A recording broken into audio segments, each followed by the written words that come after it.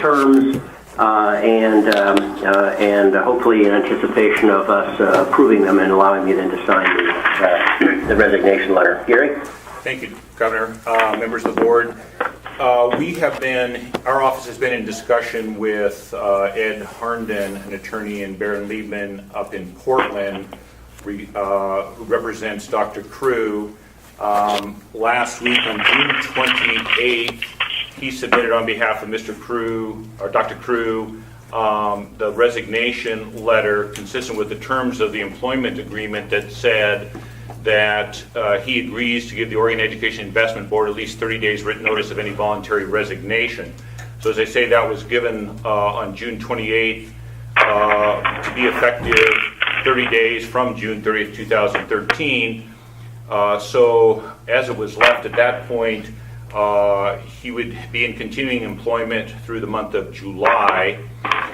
We've had additional discussions with council, and as of 12:45, we had a proposal submitted to us to refer to you for approval because the Oregon Education Investment Board obviously makes decisions regarding employment status of the Chief Education Officer. So the proposal today is that Dr. Crew would resign on June 30th, meaning that the OEIB would need to waive the provision of the contract that required 30 days written notice in advance of resignation. So rather than working through July, he would be relieved from working the month of July and would resign June 30th. That would represent that he would not receive pay for July, which he would otherwise be entitled to, but he would receive pay for any accrued leave he may have, which I believe is in the nature of a dozen or more hours of vacation leave, perhaps. The state would cover his insurance for July, which again, so long as you have had paid hours in excess of 80 in the prior month, then you're covered for the subsequent month. So that is something that would ordinarily arise. And what he sought, and which from a legal perspective has some value, is a mutual release of any contract claims that either party may have. So in other words, he could not assert any breach of contract claim under his letter of employment, and the OEIB would not, as an employer, be asserting any contract claims, such as you owe us for exceeding your accrued vacation, so you owe us money for that. So this is the kind of waiver that the OEIB would be giving up. So those are the essential terms. Would I'd be try to answer questions, although I think they're pretty straightforward. I'd attempt to answer questions. So what it would call for ultimately is an approval of the OEIB, because you're giving up a right and he's giving up a right. So it's a form of a negotiated exit, and you would need to authorize the chairperson or an appropriate OEIB official to sign a formal settlement agreement that includes these terms and our sort of standard terms and conditions that we would put in an agreement of this sort. That's it. Governor? Yes, other questions? No, this is Ron Saxton. I was just going to get it going. I would move that we waive the 30-day notice requirement and accept the June 30th date, and authorize you as our chairman to work out the details and execute an appropriate agreement. Second from Samuel. It's been moved and seconded that we accept essentially the terms of this contract and allow me to take actions necessary to conclude the agreement with Dr. Crew. Is there discussion or questions? This is Hannah. I have a question. Yes, please. So in one of the terms, and it's breaking up a little bit, so I missed part of, I believe, what Gary was trying to say. But he said that there would be a waive the breach of contract to be able to go back. So question to council, is there any is there anything that could be a breach of contract that we should know about before we take action? We realize that by waiving any contract claim, you are not, on behalf of the state of Oregon, waiving any other regulatory authority. For example, other entities could investigate and make determinations separate from OEIB as an employer. The one thing that we're going to put in a recital in the agreement is there was some back and forth about whether or not a given trip was personal or state business. He asserts that it is state business, and therefore he has no reimbursement obligations to the state for a couple trips. So that would be the nature of the kind of thing that you would be waiving. Or as I say, if he were to say, actually, I have 50 hours of vacation that you owe me for, and we say, we disagree with that. We already have established what we think are the number of hours of vacation, but I'm just using that as an example. Are there any other questions or discussion? Seth, would you call the roll? I'm sorry, did I cut someone off? All those in favor? Aye. Aye. Are there anyone opposed? Very good. Then the motion carries, and we will proceed to terminate the employment contract with Dr. Crew. I wanted to just very quickly here, before we move on to the main business of appointing an interim chief education officer, simply say that I think we all recognize that this agenda doesn't depend on one individual. We have made some significant progress over the last year. We've got achievement compacts with 197 school districts and our community colleges and universities. We're down the road streamlining our systems and boards and commissions and agencies under the P20 umbrella. We've got a strategic plan that defines key outcomes and core strategies for reaching them. And we've got a budget now that's linked to that plan and makes targeted investments in third grade reading and transitions to post-secondary STEM and teacher quality. So I think we're very well poised to take the next step forward. And I think there are 4 specific items that we're going to need the OEIB and our new Chief Education Officer to do in the year ahead. First is ensuring that these strategic investments, which appear will be funded by the legislature, are implemented effectively across agencies with appropriate criteria for grants and clear links to outcomes.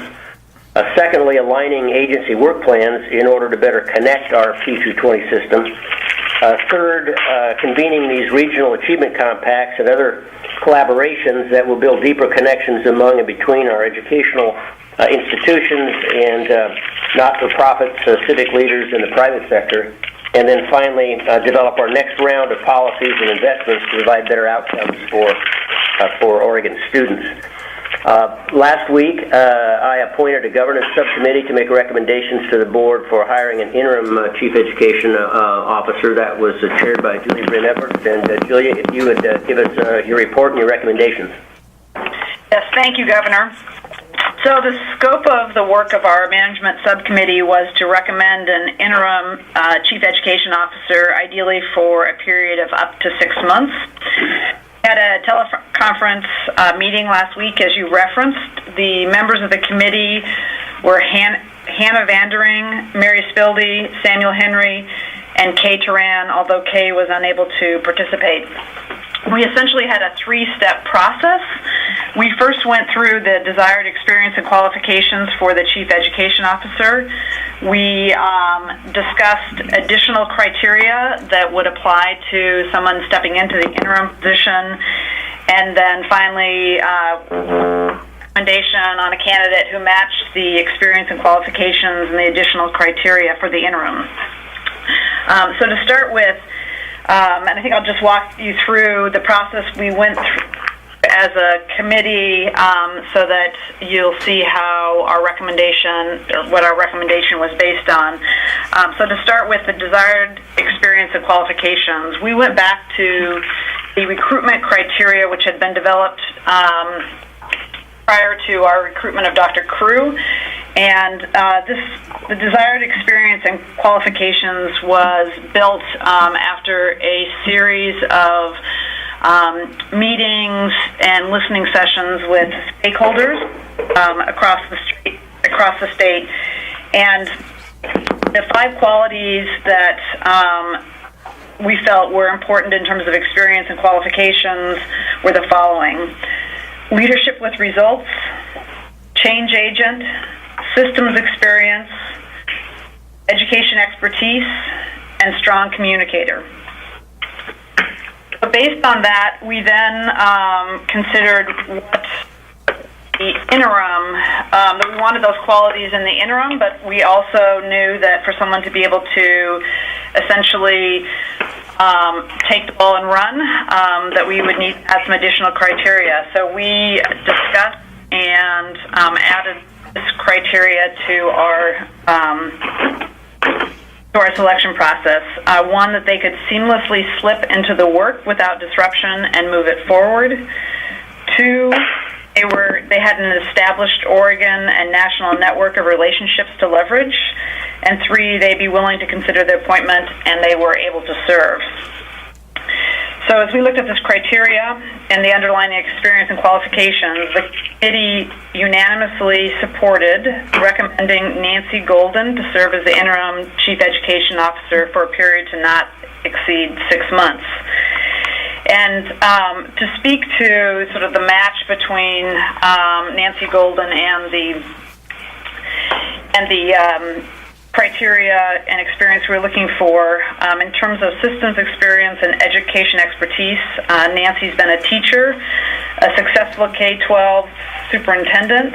She's been a curriculum and staff development coordinator, director of licensure program at the university level. She's been an education advisor.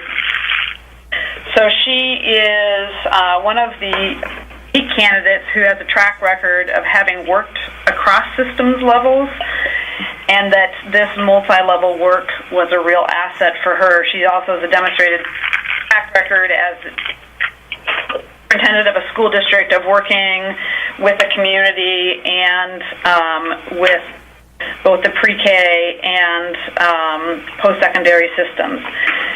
Second, in terms of leadership with results and a change agent, Nancy has been a transformational leader in many respects, and during her tenure as a superintendent, test scores have significantly increased through the use of research-based best practices. She's been named Superintendent of the Year by COSA. And in terms of being able to continue to move the work forward, Nancy is in an excellent position to do this, as she's been the ultimate, as we all know, the alternate chair of the board and has worked with the board and community in our work over the past year. So, in summary, the committee felt that Nancy was the right match at this time. As an educator and a leader, she is student-focused with a record of results and a network of relationships.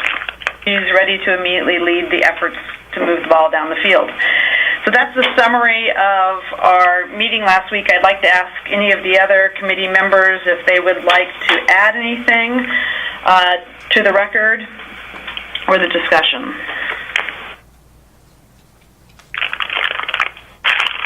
Mary, Sam, Hannah? No, Julie, you covered it quite well. Thank you. This is Samuel. Agreed, Julie. You did it. You did the whole piece. I agree also. Well, this is John. I think this is an excellent recommendation for all the reasons that you mentioned. I think this gives us the ability to not miss a step and continue to move this agenda forward as soon as the legislature adjourns, which I anticipate will be this week. So I'd entertain a motion to make this appointment. I move the interim appointment of Nancy Golden for the Chief Education Officer. I second it. This is Yvonne. It's been moved and heavily seconded that Nancy Golden be appointed as the interim Chief Education Officer. Is there discussion? All in favor, say aye. Aye. Opposed? Unanimously done. Very good. Any other business that should come before the board here? Okay, hearing none, thank you very much for taking the time to do this, and we'll hit the ground running. We're adjourned.